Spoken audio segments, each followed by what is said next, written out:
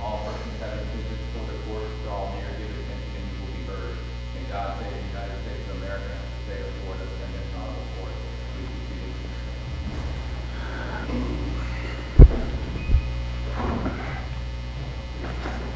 All right, good afternoon. I'm Judge Torpy. I've been introduced. To my right is Judge Orfinger, and to my left is Senior Judge Thompson, a former Chief Judge of our court, and pleased to have him sitting here today in place of Judge Berger.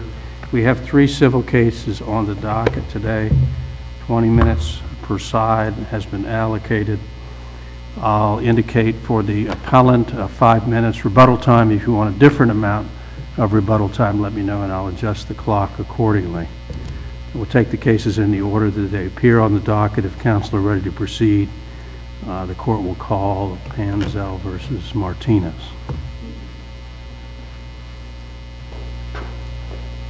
And just give me a second because I do need to adjust the clock here.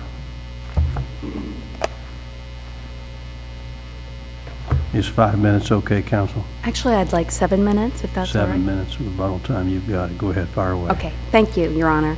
May it please the court, my name is Rebecca Vargas. I'm here on behalf of the appellants, Joseph PANZL and his law firm. The summary judgment should be reversed. The absolute litigation privilege does not apply to defamatory statements during an IRS audit because an IRS audit cannot be considered a quasi-judicial proceeding. Even if the IRS audit was a quasi-judicial proceeding, the statements here had no relationship or connection with the IRS audit, and Martinez lost any privilege when he sent the defamatory statements to people with no connection to the audit. You made 2 statements that interest me. One, the complaint, does it specifically detail the facts that Martinez directly or his firm distributed the information to parties not connected to the litigation, the audit? Yes, Your Honor. If you turn to page 115 of the record, it provides, that's the amended complaint, and it says Martinez, quote, distributed this memorandum to the U.S. Attorney, the IRS, the FBI, and or the Assistant Statewide Prosecutor of the state of Florida, among others. And so that testimony that it was done by the Dees firm specifically, and that there is no evidence in the record that Martinez or his firm specifically distributed or caused to be distributed the Scott Rush memo? No, Your Honor. This, first of all, as a reminder, it is a summary judgment, so all the disputes must be taken in the light most favorable to the PANZL. I'm just asking about the complaint. Just the complaint. Oh, just as to the complaint. As to the complaint. Right. The complaint does allege that Martinez caused Scott and Rush to make defamatory statements in the memorandum. He distributed the memorandum, and there was evidence supporting that both of those, that he published the memorandum through Scott and Rush. What was the evidence that, I know he furnished it to the IRS. Correct. What was the evidence that he furnished it to the U.S. Attorney, the FBI, I think there was a state senator in Hawaii, and a couple of other people? Yes, Your Honor. I saw that Mr. Dees did that. Well, Mr. Dees was representing co-defendant, Ms. Dees, who was the accountant for Celebrity Resorts. Martinez had brought D in to provide that representation. Martinez testified in deposition that they had a joint representation agreement.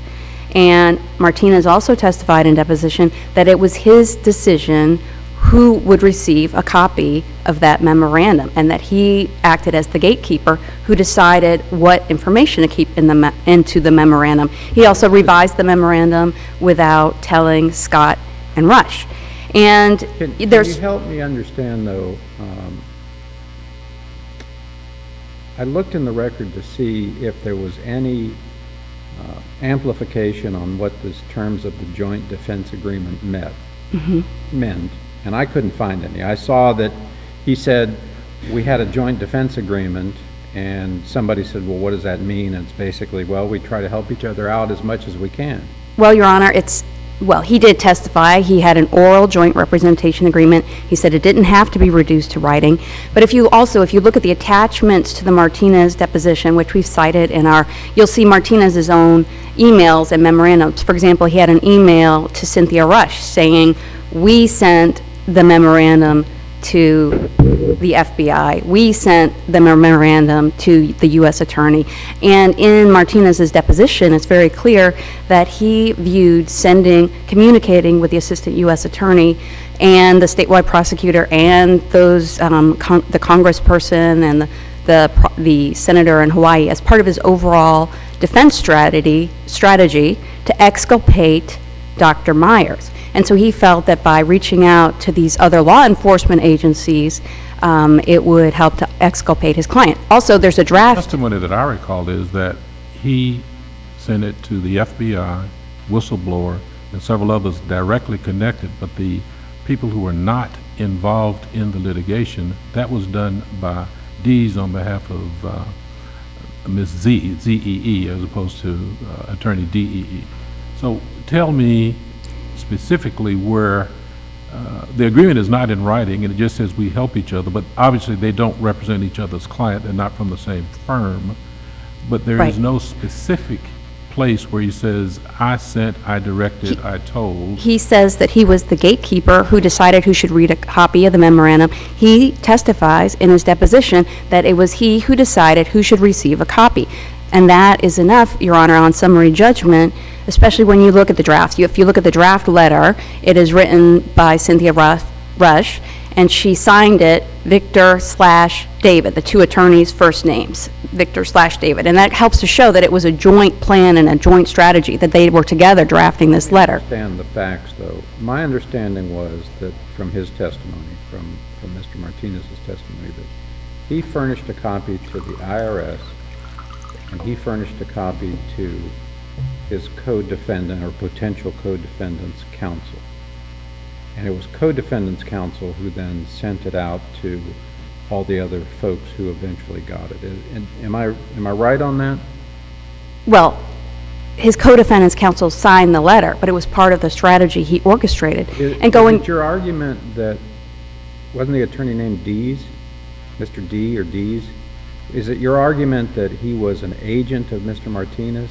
And if so, did you plead that kind of a theory, an agency theory?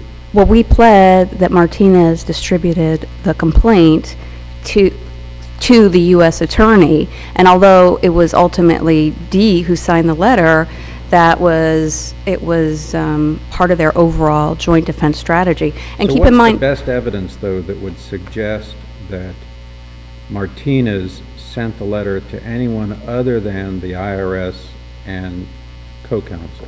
well, the best evidence is his own testimony that it was he who decided who should receive a copy of that memo. And when you look at the evidence all in the light most favorable to us, it's enough to show that they together had the joint defense strategy, and that Martinez orchestrated the plan to have D ultimately sign the letter, sending it to those others. And also, if I could turn the court's attention back to the statements of the IRS, those letters that Martinez signed to the IRS mentioning Joe PANZL specifically by name were also not subject to the absolute litigation privilege, and that's because the IRS audit has none of the procedural safeguards that are found in a traditional quasi-judicial proceeding. But And- isn't there federal law that says that IRS proceedings are quasi-judicial? Or are you carving out the audit process as an exception to that? Your Honor, I'm not aware which federal law Well, for you're... example, tax courts, you would say that they were... Well, tax courts, the IRS audit happens before the tax court. I understand, but as far as an analogy?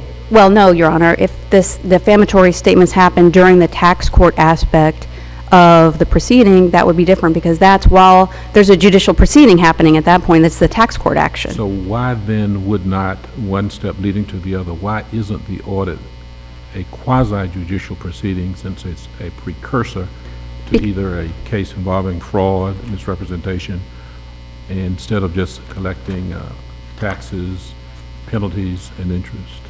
Well, Your Honor, it's it's in Florida, in the Friedovich decision, the Florida Supreme Court held that a preliminary step to litigation, such as a criminal investigation, is not subject to the absolute litigation privilege because there are not any procedural safeguards at that point preliminary to the litigation. And so that's one way that Florida is unique from a lot of the other jurisdictions that Martinez is relying on. Also, in the Delmonico versus Traynor, which is the most recent pronunciation from the Florida Supreme Court, that court held that even when the litigation itself is pending, if the defamatory statements happen at a time when those procedural safeguards of litigation are not present, then the absolute litigation privilege does not apply. And those procedural safeguards that are so important are the right to a hearing, the right to notice, the right to present evidence, the right They to... also hold that there's a limited privilege that if a person wants to invoke it, they can prove that there was,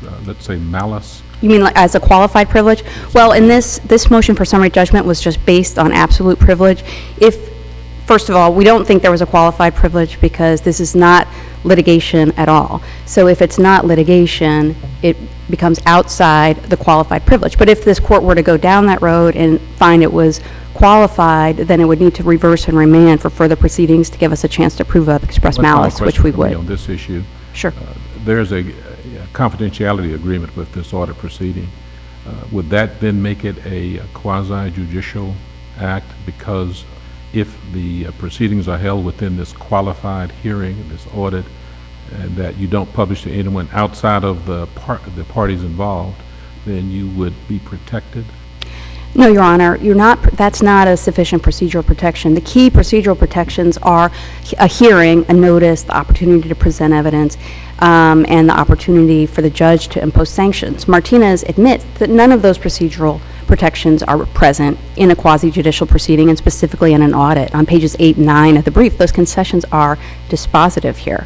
Because if these statements happen at a time, he admits that there's no power of the IRS to strike defamatory matter from the hearing. He admits this isn't a type of an adjudicatory hearing between two adverse party with a neutral and impartial judicial officer. There is no power to sanction or strike matter from the record. And so it just doesn't have the same type of procedural safeguards that are at the heart of the absolute litigation privilege. In this case, you have either state or federal that shows that this proceeding is not a quasi-judicial proceeding?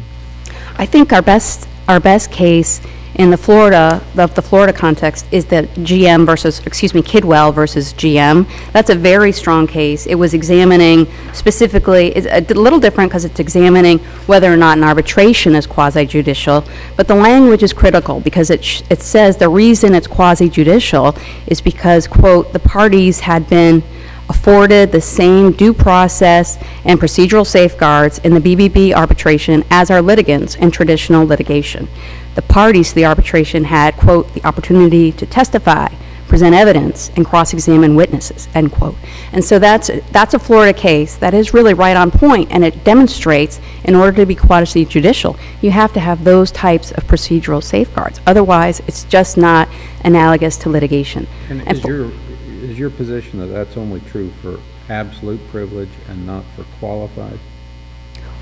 No, Your Honor, as to both. I mean, it's just not considered litigation at all if it's... Well, why in the Fedorovich case, the Supreme Court held that statements made by private individuals to police and state attorneys prior to the institution of criminal charges was subject to the qualified litigation privilege? What procedural safeguards exist if I go talking to a police officer and accusing somebody of a crime? Well, Your Honor, that was a preliminary step to actual litigation in the Friedovich, and that's why a qualified privilege applied.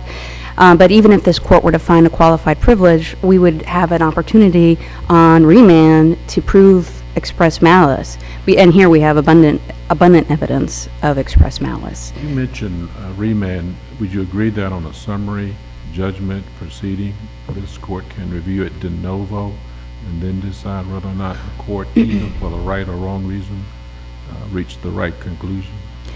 Well, that's true, Your Honor, but as far as the qualified privilege, that was not the subject of the litigation below. The motion for summary judgment was just on the subject of whether an absolute privilege applied. You raised malice in your pleading. We do in our pleadings, Your Honor, but the subject of the summary judgment was not, malice really wasn't an issue. The only, so we didn't present our evidence Not of the basis malice. for the trial judge's ruling. That's right, Your Honor. That's right. And so we didn't really have an opportunity to present all of our evidence because really the only issue was the absolute litigation privilege. Well into your rebuttal time. Would you Yes, like to save the rest? Yes, I would like All to right, reserve the rest of my time. Thank you. Less than 6.5 minutes. Thank you. Yes, ma'am, thank you. May it please the court. I'm Laura Howard, and I am the attorney for Mr. Martinez, Your Honors. I want to start actually with your first question, that is like, what does it say in the amended complaint about what Mr. Martinez did? It says one thing, that on August 6th, he sent a letter to the IRS. Although counsel did read a part of the amended complaint, the problem with the amended complaint is that it has several defendants in one count, and it attributes different actions to different defendants. And then in the conclusion, it says the defendants, including Martinez, D, and so did this, and it lists all of the specific allegations that are made in the specific paragraphs. But if you look at the specific amended complaint, there's only one paragraph that directly addresses what Mr. Martinez did, and that is the August 6, 2009 letter to the IRS. And although I do agree that in summary judgment, the court has to look at the evidence in the most favorable light to the non-moving party, the court is not supposed to make arguments or create claims that are not in the complaint. And the case law in Florida is clear that defamation has to be pled with a specificity. If they don't attribute a specific facts to Mr. Martinez, they can't come now and say, oh, but we meant everything. Well, they had ample time to amend the amended complaint. They didn't do it. We were a few days from trial when the court made its ruling. So the time for them to amend, although amendments have to be done liberally, they hadn't even moved to amend. So, you know, it's to me, it was very distrustful that they said that we had misrepresented what the amended complaint said. Let me ask you one other question. That's something that I'm just curious about. There were multiple parties in the complaint. It was not done, in my opinion, extremely well. They didn't identify actions in paragraphs to specific persons. Yet, before the judge entered the final order, they dismissed several of the parties out of the case who were more culpable based on the record, Mr. D's, his firm, Ms. Z's. Is there anything in the record to show why that occurred? Unfortunately, Your Honor, there isn't. I wish I could answer. Let me ask you another question. I'm looking at the judgment granting the summary judgment, and it's based upon absolute privilege as opposed to qualified. Why do you think that this is your belief that because this is a quasi-judicial proceeding, it gets absolute immunity as opposed to qualified immunity? Correct, Your Honor. There is case law in Florida. In the EEOC case, there's a second DCA case where the court applied absolute immunity to a quasi-judicial proceeding. And the case law in Florida, it is that absolute privilege applies to judicial and quasi-judicial proceedings. And the IRS proceeding was a quasi-judicial proceeding. And why do I say that? Because if you look at what the court must look at when determining whether a proceeding is judicial or quasi-judicial is, are there findings of fact? Is there application of rules of law? And are there consequences to the private rights of the individuals? And in this case, we have, actually, if you look at the IRS audit at the record, there are sections in the IRS where the IRS has a factual finding. It says facts, then it says law, and it has the law applicable to the audit, and then it has argument, and then it has a conclusion. So the administrative body made findings of facts, applied rules of law, and made conclusions of law based on what was presented to them. And there was an appellate hearing. The fact that Mr. Martinez didn't attend the hearing or doesn't mean that it wasn't held. And going back to Delmonico, if you look at Delmonico, it is true that the court looks at what the safeguards are in judicial proceedings, but the issue in Delmonico was not quasi-judicial proceedings. The court was looking at specifically at judicial proceedings and whether a statement made by a lawyer out of the courthouse to a witness during an ex parte investigation was protected by the absolute privilege, and the court said it didn't. But here we don't have that at all. The only statement that is attributed to Mr. Martinez was made to the body. It was made to the administrative body that was making the decision. Whether the facts were true or untrue, Mr. Martinez had every right to rely on his investigators. Who would you rely more than two former IRS investigators on an IRS audit? I mean, he did what he was supposed to do. He did his pre-suit investigation, kind of, to call it something, Your Honor. He did not make disclosures to the world at large. He wasn't talking about Mr. PANZL. He did what he thought he needed to do to protect his client. The publication, I assume, would then be argued was to the senator from Hawaii and the representative from the U.S. Congress, and those would be the parties outside the relationship or the nexus to the audit case. Would that be fair? That would be fair, and he didn't make those. And the nexus is that he had to either do it or cause it to be done, and if he did not, does it matter that it's either qualified or fully?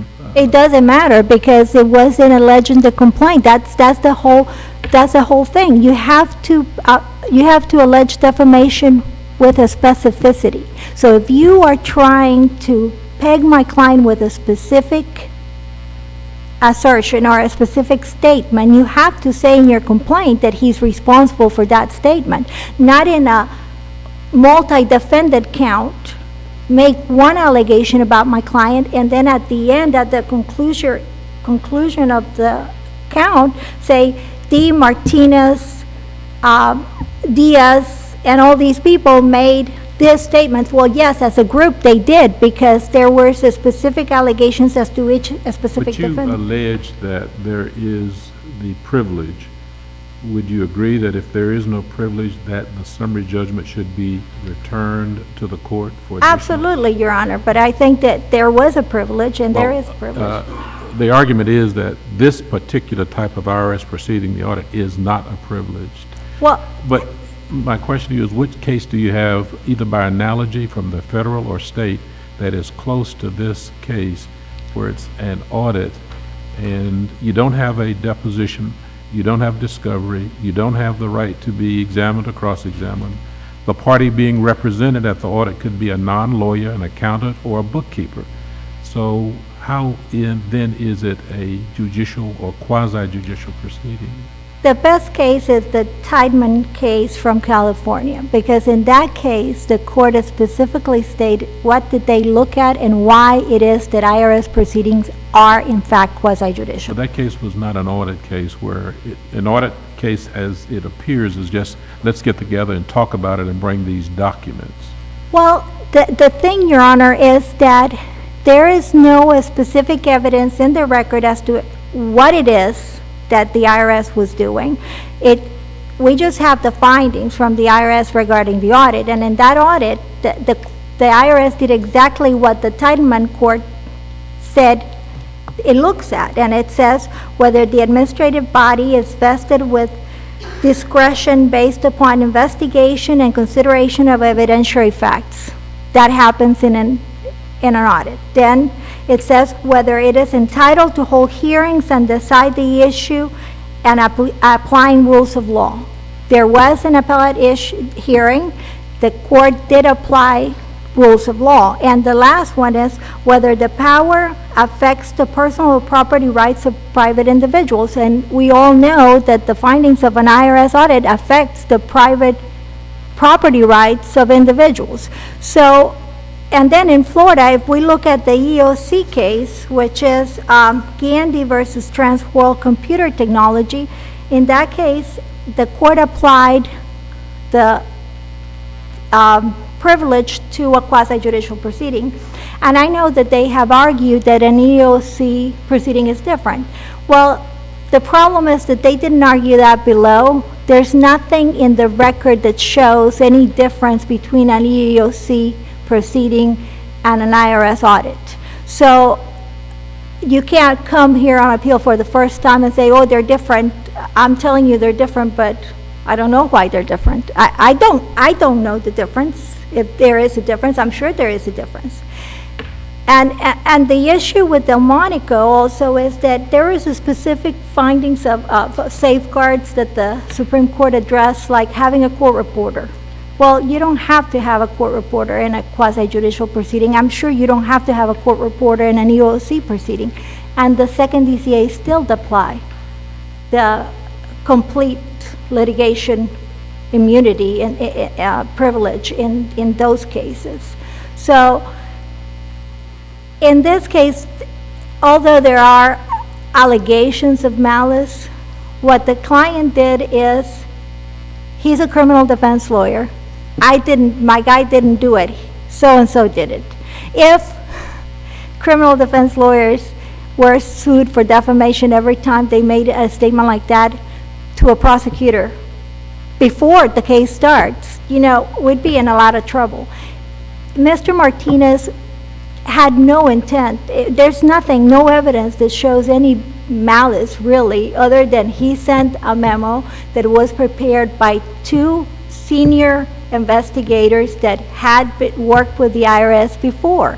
So it's, what else could he have possibly done? He was trying to protect his client. He sent one letter, according to the complaint.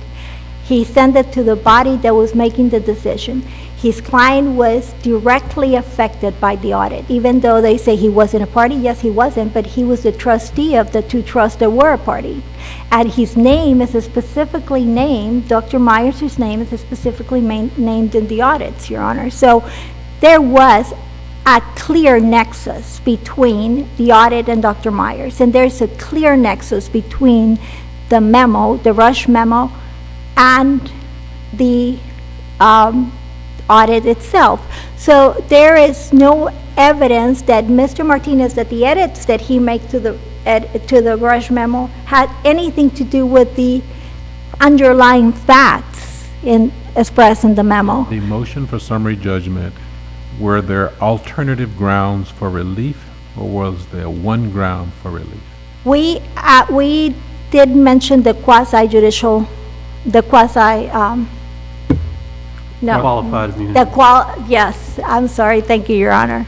The qualified privilege. Anything else that you mentioned in your summary judgment? No, Your Honor, I believe that was our two grounds for relief, and based on the pleadings as they were at the time. So would you agree that if there is no judicial proceeding or quasi-judicial proceeding, that argument fails? I would agree, yes, that that is the main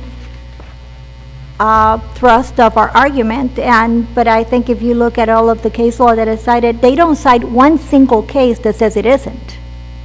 The case is cited because the ones that have to deal, like the Supreme Court, that it was regarding the jury, the grand jury proceedings, they were applying a specific federal statute that says the grand jury investigations could only be disclosed in judicial proceedings, and they found that it was not a judicial proceeding, and we agree that it's not a judicial proceeding. The other case was applying bankruptcy court rules.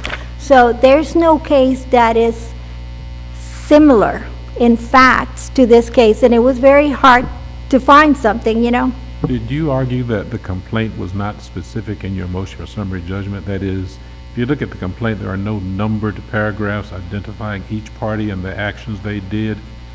and it's somewhat of a We did, and that was part of our basis for the summary judgment in the sense that Well, did you plead that- that, and did you argue that below? we argued that there was only one allegation regarding Mr. Martinez, and that either, That in your motion for summary judgment? I don't remember if I wrote it as specifically, but I know it was argued at the hearing, Your Honor.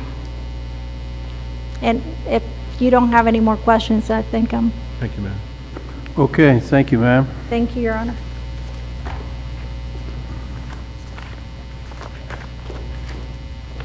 You got just about 6.5 minutes. Thank you, Your Honor. Turning first to the motion for summary judgment, I did just review that while we were listening here, and the only grounds for summary judgment was that there was an absolute litigation privilege. The motion itself says that plaintiff alleges defendants defamed him by publishing the Scott Rush memorandum and by directing Rush to send the Rush letter. Plaintiff's argument has no merit and should be rejected by the court. And so the motion for summary judgment assumes that the complaint alleges that Martinez directed them to send. How many numbered paragraphs were in your complaint, the amended complaint alleging that there was defamation?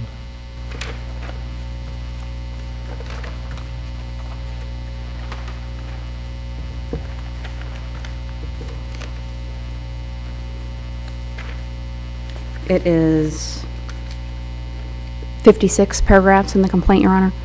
And if I would like to turn your attention to paragraph 3 of the complaint, which specifically says Martinez, PA, D&D, commissioned former IRS agents Scott and Rush to prepare a memo riddled with intentionally false and defamatory materials regarding. What, as to the distribution? But it says in the very next sentence, Martinez, D, and Rush then distributed this memorandum to the U.S. Attorney, the IRS, the FBI, and the assisted statewide prosecutors, among others.